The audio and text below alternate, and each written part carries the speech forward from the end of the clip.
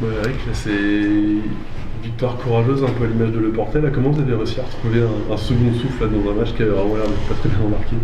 C'était dur. D'abord, il faut féliciter Antibes, qui a fait une très bonne deuxième mi-temps. Et pour une équipe qui n'a plus rien à jouer dans le championnat, il joue le jeu. Et c'est bien. Et j'espère que tout le monde va jouer le jeu à tous les étages de la même façon.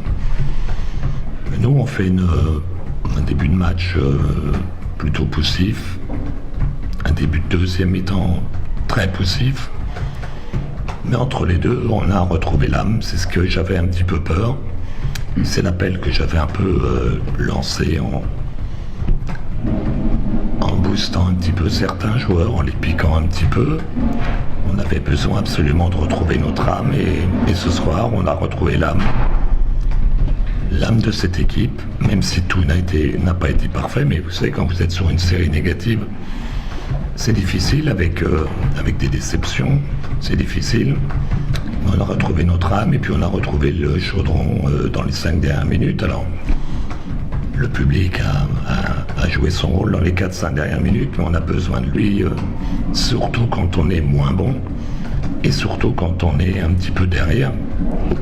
Et ça, c'est capital pour la suite. Donc, comme j'ai dit aux joueurs, on a retrouvé notre âme et on est toujours en survie dans ce championnat très difficile, très compliqué, pour l'espoir de jouer les playoffs. Alors, ça peut faire sourire certains, mais j'y crois et j'essaie de transmettre cette croyance à mon équipe.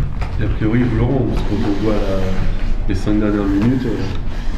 Oui, c'est pour ça qu'on voit qu'on lâche rien. On aurait pu à moins 7, je crois, baisser les bras, faire n'importe quoi, et on a fait les stops qu'il fallait pour ensuite mettre des points ou des lancers francs importants.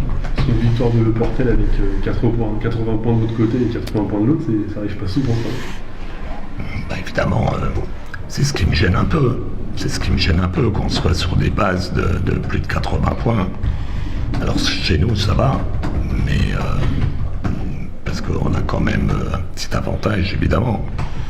Mais il faut absolument qu'on arrive à retrouver, par contre, 40 minutes notre défense.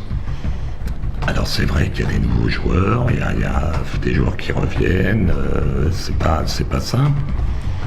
On a un banc ce soir, même si la volonté elle est là, qui est en termes d'efficacité quand même moins efficace que celui d'Antibes.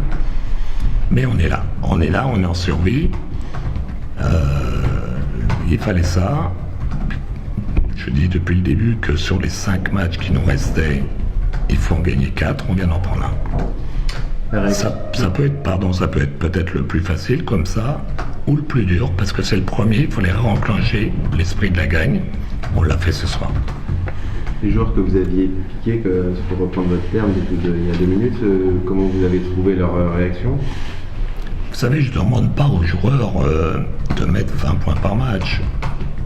On sait qu'on a des joueurs qui ne sont pas capables de le faire, on va dire, régulièrement. Mais d'être là dans des actions capitales, et je vois qu'Harry fait une interception très importante, comme quoi, même si on ne met pas des paniers à 3 points, on est capable d'aider l'équipe dans d'autres secteurs. Et puis Tweety, comme je lui dis, je voulais voir un meneur de jeu américain qu'on paye pour être le patron et apporter à l'équipe. Ce soir, s'il me fait des matchs comme ça, jusqu'à la fin, avec cette constance, cette qualité de shoot, il a mis des points, il n'a pas perdu de balle, il fait 5 passes décisives, ça me va bien. Donc, voilà, il y avait une attente de notre part, elle est en partie, les joueurs en partie ont répondu présent.